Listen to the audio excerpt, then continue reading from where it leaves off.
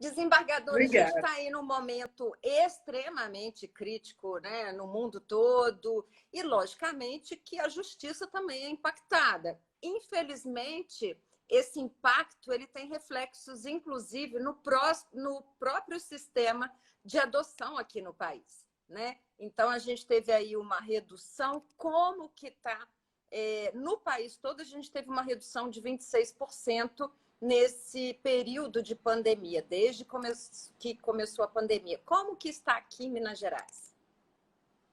Então, só aqui em Minas Gerais, em um ano, nós não concluímos, não conseguimos concluir um processo de adoção. Um só? É muito triste isso. Nenhum. Nenhum?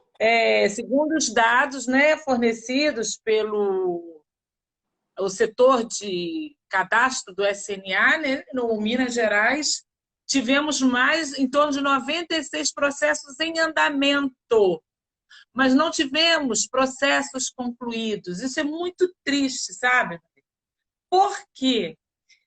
Nada para mim, desculpa, eu respeito opiniões em contrárias, mas eu já tenho 30 anos de tribunal, há 15 especificamente lidando em vara da infância e juventude, e nós temos um estatuto que já tem mais de 30 anos que ele não é cumprido. Uhum. Nós temos um artigo expresso no estatuto que fala que todos os processos que envolvem crianças e adolescentes têm que ter prioridade.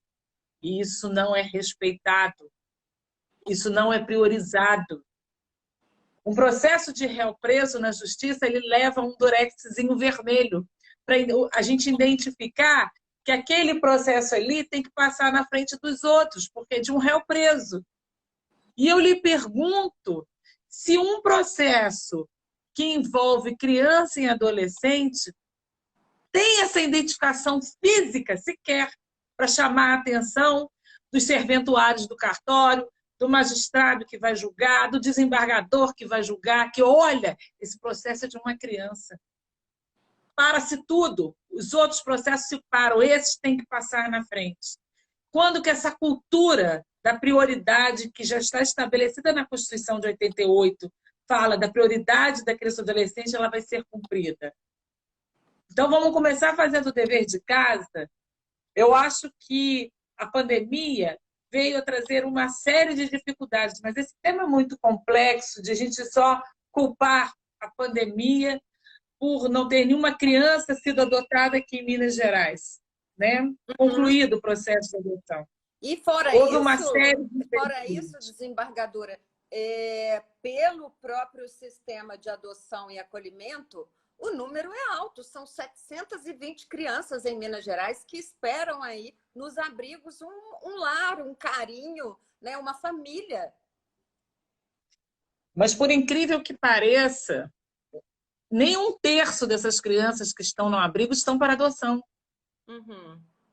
Nós temos uma cultura de institucionalizar crianças e adolescentes que estão em situação de vulnerabilidade, mas que não estão para adoção, tá? E colocá-las em abrigo, que é a coisa mais fácil para resolver um problema. Pega a criança e joga para o abrigo. Se a criança está passando fome, se a família está desestruturada, se houve um abuso dessa criança, é mais fácil você tirar ela do abrigo, aliás, da casa dela, da onde ela está, colocar dentro do abrigo, porque, nossa, o abrigo é limpinho, é cheirosinho, ela vai ter comidinha. Será que é isso? Então, nós viemos de uma cultura, principalmente de conselhos tutelares, inclusive da justiça, de abrigar em excesso.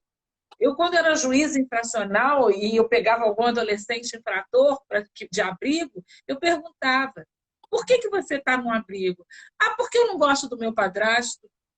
Aí eu perguntava para a mãe, mas por que ele está no abrigo? Não, porque ele não se dá bem lá em casa, ele não quer me obedecer. Essa é a cultura. E eu te pergunto, como é que a prefeitura, que ela é a gestora dos abrigos, ao invés de promover políticas assistenciais para essa família que precisa de estrutura, você resolve colocando um adolescente, uma criança no abrigo. Uhum. Então, esse número de crianças abrigadas não querem dizer que elas estão aptas para adoção. Uhum. Não chega a 5%. as crianças que estão prontas para serem adotadas, assim, que estão com sua situação jurídica definida, que, né, os pais perderam o pátrio poder, foram destituídos do pátrio poder. Então, a gente tem que conhecer essa realidade, eu acho importante a gente estar aqui hoje. Por que tem tanta criança em abrigo? Que, ao meu ver, não deveriam estar. Uhum. Deveriam estar em Mas locais separados. Crianças que são para adoção deveriam estar num local e crianças sim, menores infratores que, em outro as que local. têm pais e mães ou têm família deveriam estar nas suas casas. E se está havendo conflitos familiares, aí você tem que entrar com políticas públicas da prefeitura, da assistência social, da área de psicologia, da área médica, para reintegrar aquela família. E não institucionalizar uma criança ou um adolescente. Uhum. É isso que as pessoas precisam saber, que a pandemia veio também a criar, por exemplo, muitas dificuldades para os próprios profissionais, os técnicos que atuam. Porque quando você se propõe a adotar uma criança, você tem que passar por uma equipe técnica de psicólogos, assistentes sociais, para te habilitar para a adoção. Olha, essa pessoa está apta, ela passou por entrevistas, e vários psicólogos e assistentes sociais, em razão da pandemia, se recusaram a fazer isso. Então, por quê? Porque não tem prioridade, porque a criança está no abrigo, ela está acolhida. Uhum. Olha, um E foi por dia... isso, então, desembargadora, que os 96%...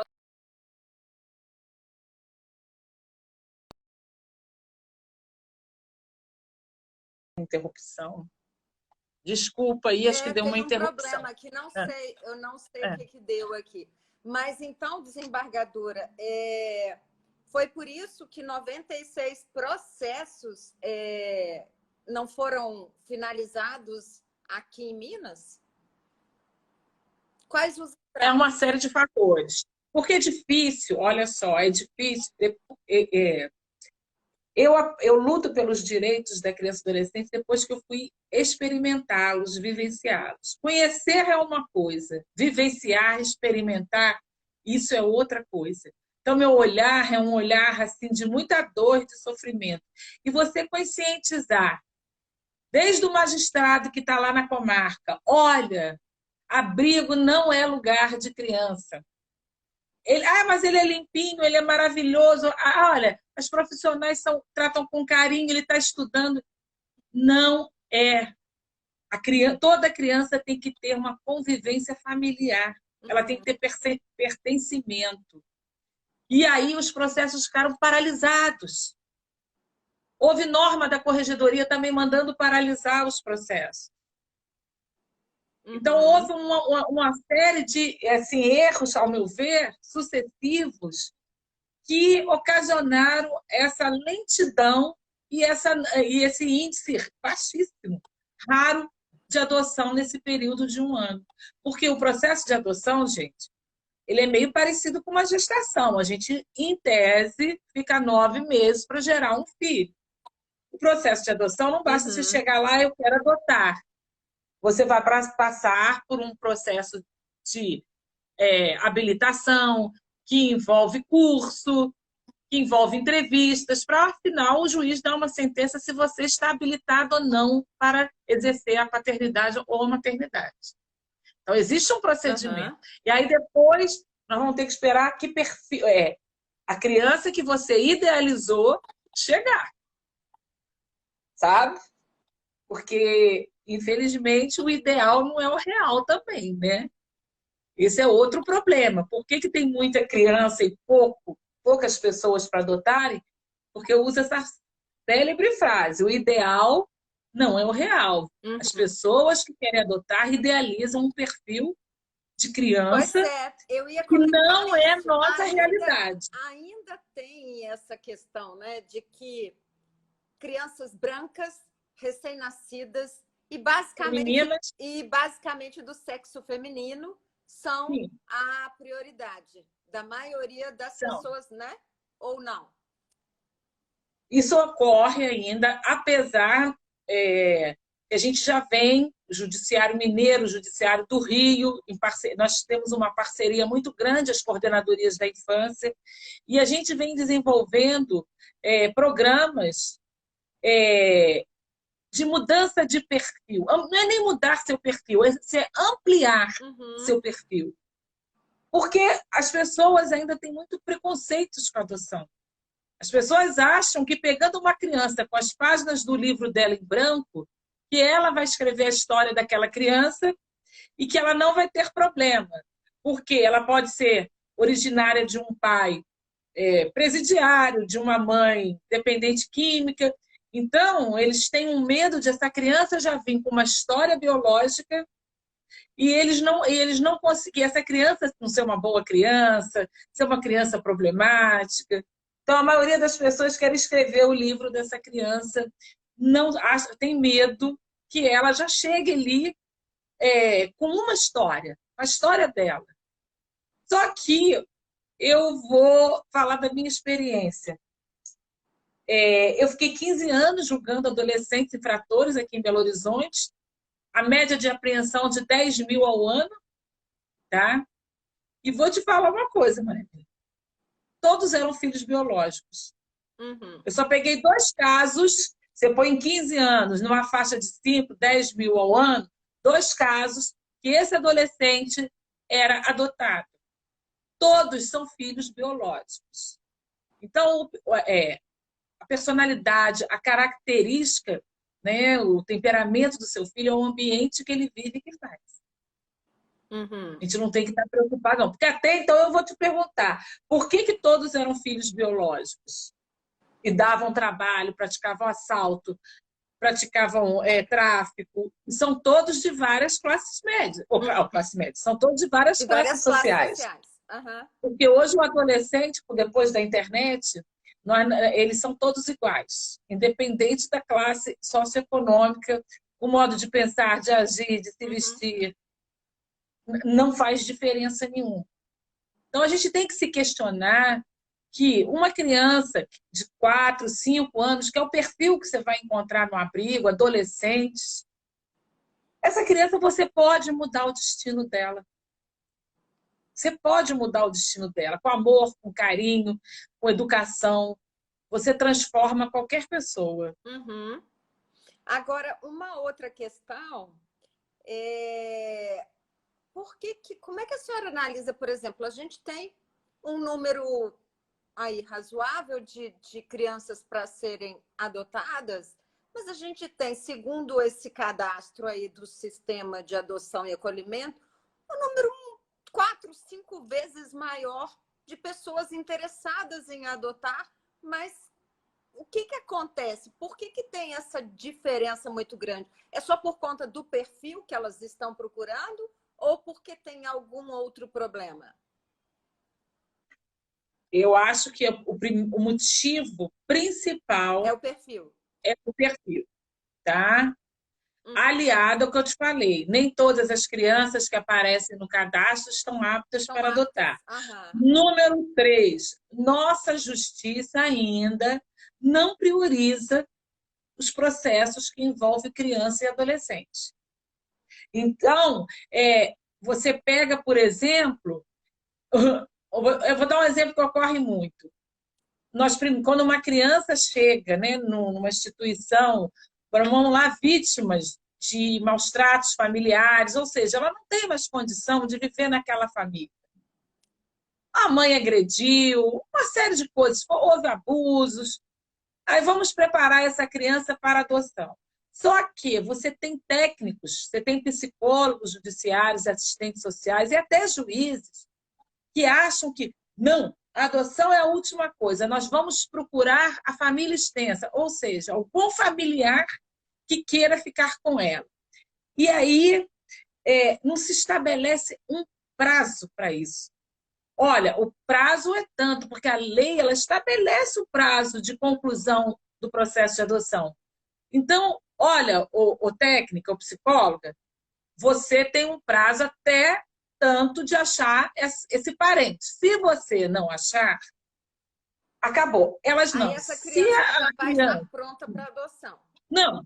Eu já vi casos de criança que entram no abrigo com 3 anos de idade, que ainda estão numa faixa etária assim, apta a serem adotadas, que com 10 anos de idade ainda não estão com sua vida definida, porque estão procurando o parente delas lá no Alto do Xingu. Porque é o que eu te falo, são militâncias que a pessoa tem, de que eu acho que as coisas têm que ser assim, e a gente não tem que achar nada. Nós não somos pais nem mães dessas crianças. Nós temos leis, né? Nós somos garantidores dos direitos dela. Só isso. Tem que ser cumprida a lei como ela está escrita. E a gente ainda vive num país em que os operadores do direito acham muito e querem exercer a paternidade e a maternidade onde deveriam ser mais profissionais. Isso que eu acho. Desembargador, e quais são os projetos que estão sendo desenvolvidos aqui em Minas Gerais para poder minimizar esses problemas? Então, isso que eu ia falar, é importante essa sua pergunta, porque tem muita gente que está ouvindo assim, eu não quero adotar, mas eu gostaria de participar da formação dessa criança, desse adolescente. Porque a Constituição, é bom eu fazer essa introdução, mas a Constituição fala que é dever do Estado, da família e da sociedade garantir os direitos da criança e do adolescente. Então, nós temos esse dever, todos nós. Então, mas eu não quero adotar, eu já estou numa certa idade, eu não tenho condições. Como eu posso participar? Nós temos 2 projetos importantes, que é o projeto Apadrinhar, www.apadrinharmg.org, onde você vê lá na sua cidade, né, quem está nos ouvindo, é um projeto do tribunal que pega o estado inteiro. Você pode apadrinhar essas crianças em 3 hipóteses. Você pode no aspecto financeiro, mas nós não trabalhamos com dinheiro, tá? Financeiro que eu estou falando é você custear, por exemplo, um curso de inglês. Mas você vai pagar o curso dela, não é a gente. Você pode ter um prestador de serviço. Por exemplo, eu sou dentista, eu quero dar atendimento voluntário às crianças. E você tem um apadrinhamento que a gente chama afetivo, que é igual um padrinho, uma madrinha, você pega final de semana, no Natal, ou seja, mas você dá um sentido de lar para aquela criança. E temos o outro projeto que é super importante, são as famílias acolhedoras. Antes da senhora completar esse segundo projeto, eu vou deixar, né, vou deixar para você falar daqui a pouquinho. Eu conheço uma pessoa que entrou no projeto Apadrinhar, começou a levar durante os finais de semana e, felizmente, adotou e já está aí há mais de 15, 16, 18 anos, sei lá, com o filho dela, muito feliz, muito tranquilo. É um projeto extremamente interessante e que depois ainda pode, além de apadrinhar, pode adotar depois, né? Sim, mas aí é preciso explicar o seguinte, porque senão vão falar assim, mas aí é fácil porque fura a fila. Não, não é assim. Você apadrinhou uma criança, ou um adolescente. Se você, com o passar do tempo, você quer adotar, o que você vai fazer? Você vai procurar a justiça, se habilitar para adoção e ver se não tem outra pessoa na sua frente. Geralmente não tem. Porque você está apadrinhando, porque essa criança não está mais dentro daquele perfil. Aí você se habilita para a adoção, entendeu? Então, eu acho isso, assim, muito bacana. Você ter a chance de poder apadrinhar e depois, quem sabe, se tornar o pai ou a mãe. Mas são coisas diferentes, você tem que se habilitar para a adoção. E tá? Não pode pular assim direto, não. Não, eu sei. Ela ficou muito tempo como madrinha e depois ela se habilitou. E hoje já tem 15, 16, 17 anos, sei lá, que ela tem o filho dela e muito feliz. E os dois são muito, muito bacanas juntos, assim. Bom, vamos... que legal! Vamos para o segundo projeto, então. O segundo projeto, que eu sou apaixonada, é para acabar com os abrigos. Se chamam famílias acolhedoras. São aquelas famílias que aceitam ficar com a criança ou com o adolescente que estão em situação de risco. Por exemplo, acontece agora uma violência doméstica, né? O pai ou o padrasto ou o avô abusou de uma criancinha e é necessário retirá-la ali do lar naquele momento. Ao invés de você levar para um abrigo, ela vai ser acolhida por essa família até o processo, a situação dela ficar definida. Uhum. É uma coisa assim que eu vou me inscrever, tá? Que eu quero ser uma família acolhedora. A gente fica com essa criança, com esse adolescente, o período que o processo dele está correndo na justiça. A gente vê muito isso nos Estados Unidos, né? É na Itália, eu tive na Itália, e você recebe uma remuneração da prefeitura. Quem gerencia esse programa é a prefeitura da sua cidade. No caso aqui, é só entrar no site da prefeitura e digitar Família Acolhedora em Belo Horizonte, mas em outras comarcas também tem. Você ganha uma remuneração e, lógico, é óbvio que você vai passar por um processo de habilitação também, porque a gente não vai colocar uma criança na casa de ninguém sem saber onde a gente está colocando. Exatamente. Então, existe todo um controle desse processo, mas quando uma criança ela é retirada de casa, principalmente quando ela sofre algum abuso, alguma violência, ela se sente duplamente culpada, né? Sim. Porque além de ela ser agredida, quem sofre a penalidade é ela, que tem que sair de casa. Porque às vezes o agressor não sai. Ou às vezes a gente coloca o agressor, mas muitas mães culpam a própria criança porque o sustento da casa interrompeu. Sim. Essa é uma realidade que a gente vive. Uhum. E aí, essa criança vir para o seio de uma família é completamente diferente que ela ser jogada dentro de um abrigo. Exatamente. Porque o abrigo tem que ser a última coisa na vida de uma criança. Numa situação dessa de vulnerabilidade.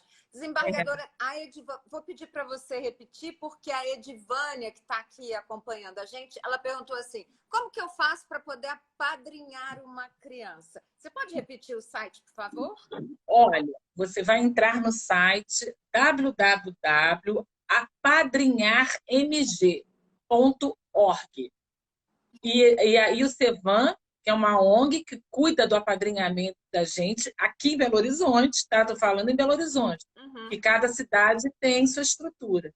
Mas lá no site do apadrinharmg.org, ela vai digitar a cidade dela, ela vai ver se na cidade dela tem esse programa.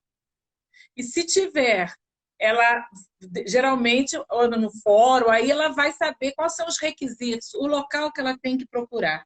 Aqui em Belo Horizonte é no Cevan, mas lá no site apadrinharmg.org tem, não é mesmo? Já tem as todos os requisitos, lá. tudo que tem que ser feito. Bom, desembargadora, para a gente poder encerrar, vamos falar de adoção internacional. Se a gente não teve aqui em Minas nenhum processo concluído, como que fica então essa questão aí de adoção internacional? Porque as crianças só podem ir para essa, vamos colocar modalidade, se elas não tiverem nenhum pretendente aqui no país, não é isso? Correto. Adoção, eu faço parte da Comissão de Adoção Internacional há 15 anos, estou lá desde 2005, e vem decrescendo, não só em razão da pandemia. Eu vou te falar que o índice de adoção, mas caiu vertiginosamente de adoção internacional. A criança só vai, o adolescente só vão para adoção internacional quando foi esgotado todas as chances de adoção aqui no Brasil, tá? Aí quando ele vai. Os italianos eram o país que mais adotava, depois vinham os franceses, por aí adiante. Nós não estamos com pedidos nenhum de adoção internacional. Mas não, isso bem antes da pandemia, tá? Agora, isso se deve a outros fatores também, porque nós temos países em que a facilidade de se adotar uma criança é muito grande, tipo a China. Não exige as garantias que o Brasil exige de uma criança ir para fora do país e para uma outra família. Nós aqui nos acautelamos e tem uma série de exigências a cumprir.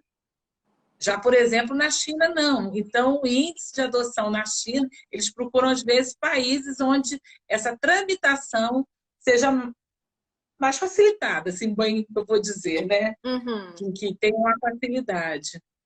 Bom, algum conselho, alguma sugestão, alguma outra coisa para poder ajudar nesse momento aí, tentar ajudar essas crianças, desembargadora? Eu acho que assim, nós temos que ter consciência da nossa responsabilidade, tá? Eu acho que a gente pode, o que eu falei, eu não quero adotar, mas eu acho que você pode, de qualquer forma, ativamente falando, tá? Porque tem que ser de forma ativa, ajudar essas crianças, seja de forma voluntária. Vocês não imaginam o que é chegar, quando a gente chega no abrigo, a carência dessas crianças, de como elas precisam de afeto, de visibilidade. Elas demandam muito isso da gente. E a gente pode, às vezes, com uma visita, com um apadrinhamento, ou como família acolhedora.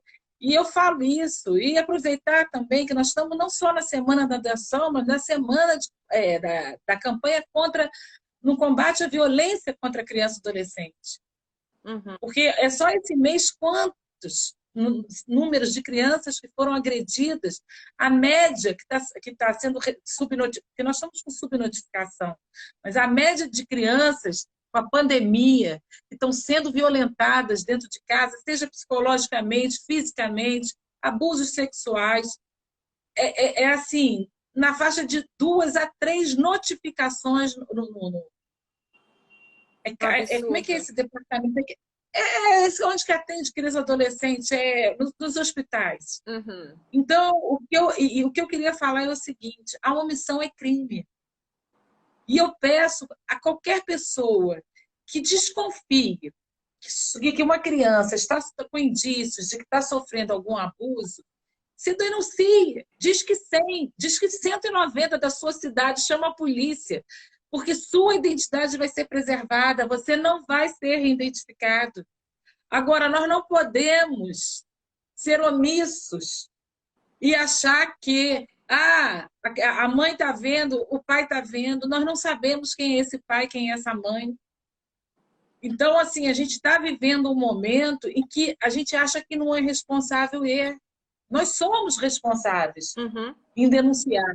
E a criança, ela não fala, ela demonstra pelos gestos, pelo humor dela, tudo, que alguma coisa de errado está acontecendo. Errado. E às vezes ela é, inclusive, ameaçada pelo próprio agressor de que vai acontecer alguma coisa com a mãe. Sempre. Sempre. Toda criança ela é ameaçada, então ela se sente culpada. Então ela tem medo de falar. Mas você vai perceber nos mínimos detalhes. Dá para perceber. E você pergunta o que está havendo. Saiba escutar. E geralmente, assim, ao longo desses anos, no crime, em vara criminal, julgando agressores, esse agressor, ele é a pessoa que você menos desconfia na tua casa. Ele é aquela pessoa agradável, pacata, assim, sem a menor suspeita de que seja um agressor. Um agressor. A gente que vê o perfil de pedófilos, de pessoas com esses distúrbios, que são doentes, você vê que você não acredita, não pode ser uma pessoa tão serena, tão, né, distinta, e é um pedófilo, é um agressor. É verdade. Então, a gente tem que acreditar nas crianças. Eu acho que é a semana da adoção, mas a gente também tem que falar muito da violência que essas crianças vêm sofrendo. E colocar criança em abrigo não é também uma violência. É uma violência, é um trauma grande que eles carregam dentro de si. Eles se sentem culpados e não vítimas. Pois é. Desembargador, uma última pergunta que eu até deixei aqui que eu ia fazer, mas a Edivânia lembrou aqui. Eu vou agradecer, né, a todas as pessoas que estão aqui nos assistindo e muito obrigada aí por toda essa audiência, mas ela lembrou uma coisa muito importante. Agora, na pandemia, muitas crianças perderam pais. Não só o pai ou só a mãe, mas acabaram perdendo os dois por conta da própria doença. E aí ela coloca assim, se isso facilitou para adotar, lógico que não, porque né, os trâmites continuam, mas nada modificou nesse momento, né? Houve um índice, né, no Brasil, eu não posso te afirmar como está Minas Gerais, porque ainda não foi feito um levantamento de dados se as crianças que estão aptas para adoção são crianças vítimas da Covid, tá? Mas, obviamente, eu acredito que isso vai aparecer em breve nos nossos cadastros. Não muda nada, tá? Porque eu vou falar, criança, né? Mercadoria, me dá aqui que eu vou levar. A gente gostaria de fazer isso, porque a gente se sensibiliza, a gente quer pegar e acolher, mas existe todo um trâmite até de resguardo dessa criança. Mas o que eu tenho observado, que eles têm famílias, e as famílias extensas, o avô, a tia, o primo, ou seja, eles têm prioridade, e eu tenho visto que a família, né, tem acolhido eles. Raros vão ser os casos que a gente já vi que tem, mas é muito raro, de perder o pai e a mãe ao mesmo tempo. Está tendo, sim, mas é muito raro. É muito raro ainda. Bom, de qualquer forma, muito obrigada pela sua participação. Eu que agradeço. Obrigada mesmo. Espero ter ajudado. A gente também espera ajudar uma criança que seja... Uma só já é um sucesso, né? Já que a gente não teve nenhum aqui em Minas Gerais que até agora foi concluído. Então, eu agradeço a sua participação, a sua disponibilidade. Eu queria só... Maria Amélia, só queria aproveitar, já que nós estamos aqui, eu passo uma orientação assim, que muita gente pergunta o que eu faço, como é que é o processo de adoção, qual é o passo a passo. Hoje, nós temos um cadastro único, isso é muito importante. Eu esqueci de falar. Se chama Sistema Nacional de Adoção, que é o SNA. Então, hoje, antigamente, você tinha que se habilitar, às vezes, em vários estados, porque não se comunicavam entre si. Então, às vezes, você não tinha aqui a criança que você idealiza, mas lá no Paraná tem. Como é que você ia ficar sabendo? Então, hoje, o Sistema Nacional de Adoção, que é o nome desse cadastro, do CNJ, ele é o único agora, todos os juízes do Brasil inteiro têm que preencher esse cadastro, a gente só trabalha com ele. Então, hoje, a facilidade de se encontrar a criança é muito maior, e também o CNJ facilitou para os pretendentes o pré-cadastramento. É só digitar lá no site do CNJ, pré-cadastro do SNA. E aí porque dá um... E aí eles já fazem o preenchimento eletrônico do pedido de habilitação para adoção. E é super fácil. Eu entrei hoje para ver desembargadora. Então, isso aí eu achei importante te falar isso agora, que aqueles que desejarem, né, saber como que eu faço para adotar, entre lá pelo Dr. Google, digite lá CNJ, Sistema Nacional de Adoção, que vão ver o passo a passo para já eletronicamente se habilitarem, fazer a pré-habilitação. Lógico que depois vão ser chamados no fórum, né, pelo juiz da infância para uma entrevista. E é muito fácil. Eu entrei hoje para ver, fucei lá e é super É muito tranquilo. É uma evolução, é um rompimento de barreiras muito grande para diminuir essa espera na fila de adoção, que às vezes você está aqui em Belo Horizonte, mas aquela criança que você idealizou está lá no Pará e agora a comunicação é instantânea. A partir do momento que você preencheu a criança que você quer, ela aparece o perfil para você. Ok, então, muito obrigada mesmo pela sua participação. Eu conversei aqui com a desembargadora Valéria Rodrigues Queiroz. Ela é superintendente da Coordenadoria da Infância e da Juventude do Tribunal de Justiça de Minas Gerais. Essa live ela fica salva aqui no IGTV do Instagram, ou seja, se você souber de qualquer pessoa que queira adotar, que queira apadrinhar uma criança aqui em Minas Gerais, pede para ver essa live, indica para poder ajudar, vai também para o canal do YouTube do Jornal Hoje em Dia, ou então, se você quiser qualquer informação de qualidade, você pode ir para o portal do Hoje em Dia e pegar outras informações lá. Desembargadora, muito, muito obrigada mesmo. Nada, Uma boa bem. noite. Obrigada. Para Uma boa você noite. também. Boa noite a todos. E boa noite a Obrigada. todos que estavam nos acompanhando aqui. O Hoje em Dia, ao vivo, tem o apoio das Faculdades Kennedy e Promove. A gente volta amanhã. Tchau, tchau. Boa noite.